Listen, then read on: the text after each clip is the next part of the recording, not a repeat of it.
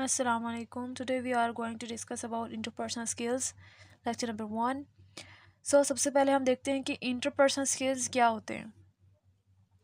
Interpersonal skills या interpersonal कहते हैं कि एक या एक से ज़्यादा लोगों से बात करना.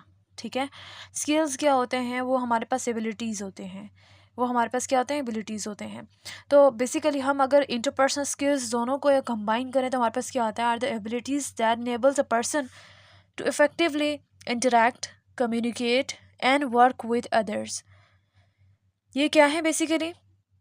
ये हमारे पास ऐसी एबिलिटीज़ हैं जो कि इनेबल करते हैं पर्सन को किस चीज़ में? टू इफ़ेक्टिवली इंटरेक्ट करने में, कम्युनिकेट करने में और काम करने में यानी वर्क करने में विद अदर्स.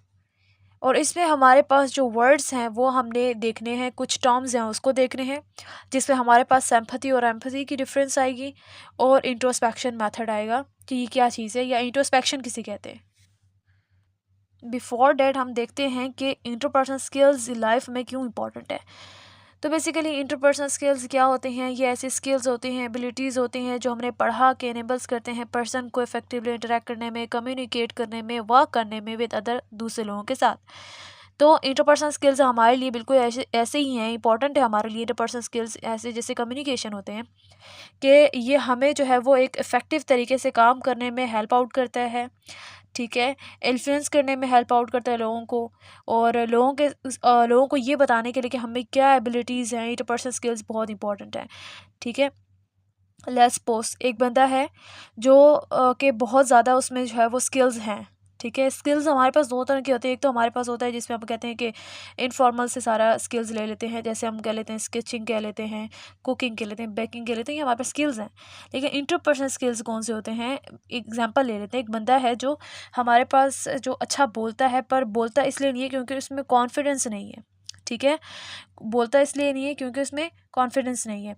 तो इसी तरह अगर हम कहें कि एक हम ले लेते हैं कि एक टीम वर्क या लीडरशिप की क्वालिटी एक बंदे में, लेकिन वो बताता नहीं है या फिर वो स्टार्ट नहीं ले पाता because of lack of confidence. ठीक है.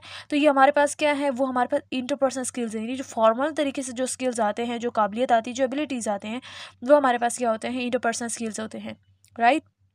इसके बाद हमारे पास आता है जी इंट्रोस्पेक्शन. क्या होता है इंट्रोस्पेक्शन? गाइस बेसिकली ये हमारे पास सिगमंड फ्रेड ने इसको इस्तेमाल किया था, इस टेक्निक को इस्तेमाल किया था साइकोलॉजी में, जिसमें वो क्या करता था? पेशेंट पे जो है इंट्रोस्पेक्शन मेथड अप्लाई करता था.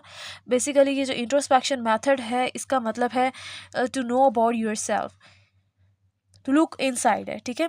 आप क्या करते हो? आप अपने अंदर देखते हो. इंट्रोस्पेक्शन मेथड का जो साइकोलॉजिस्ट ने जो यूज़ किया था ना, वो इस तरह से यूज़ किया था कि उसने कहा एक पेशेंट से, लेट्स सपोज कि एक पेशेंट आया उसके पास, उसने पेशेंट को ये कहा कि आप अपने बारे में बताइए, तो अपने अपने आप के बारे में बताइए, हमें तफसीलन बताइए. तो ये हमारे पास क्या है? इंट्रोस्पेक्शन मेथड है जो उसने यूज़ किया है.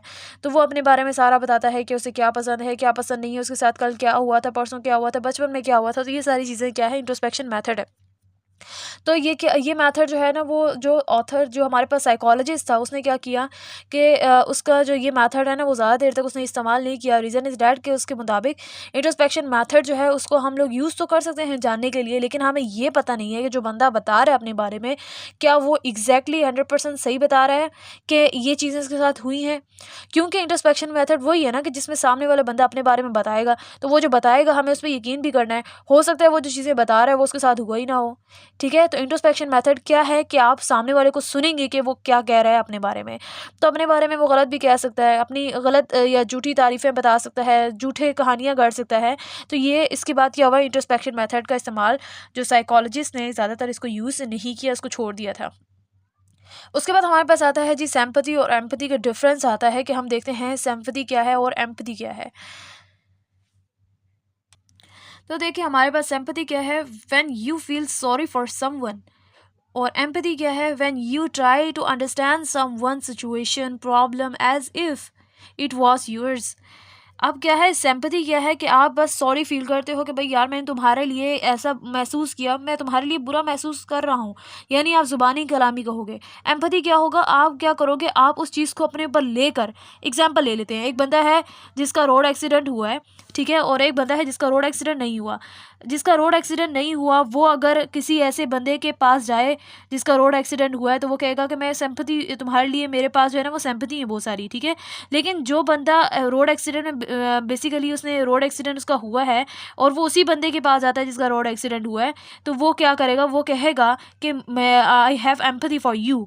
तो एम्पैथी क्या है कि जब आप उसके प्रॉब्लम्स को अपने ऊपर ले के देखते हो, ठीक है, अपने ऊपर बाकायदा लेते हो और फिर देखते हो, ठीक है। अब यहाँ पर एग्जाम्पल है, she expressed her sympathy for her friend, ठीक है। एंड देन नेक्स्ट हमारे पास एम्पैथी का क्या है, I truly empathised with your situation. इसको थोड़ा सा और जो है एक्सप्लेन कर दिया, I feel really sorry for what happen to her friend, ठीक है। उसके बाद अगला हम देखते हैं, तो हमारे पास I totally understand how you feel.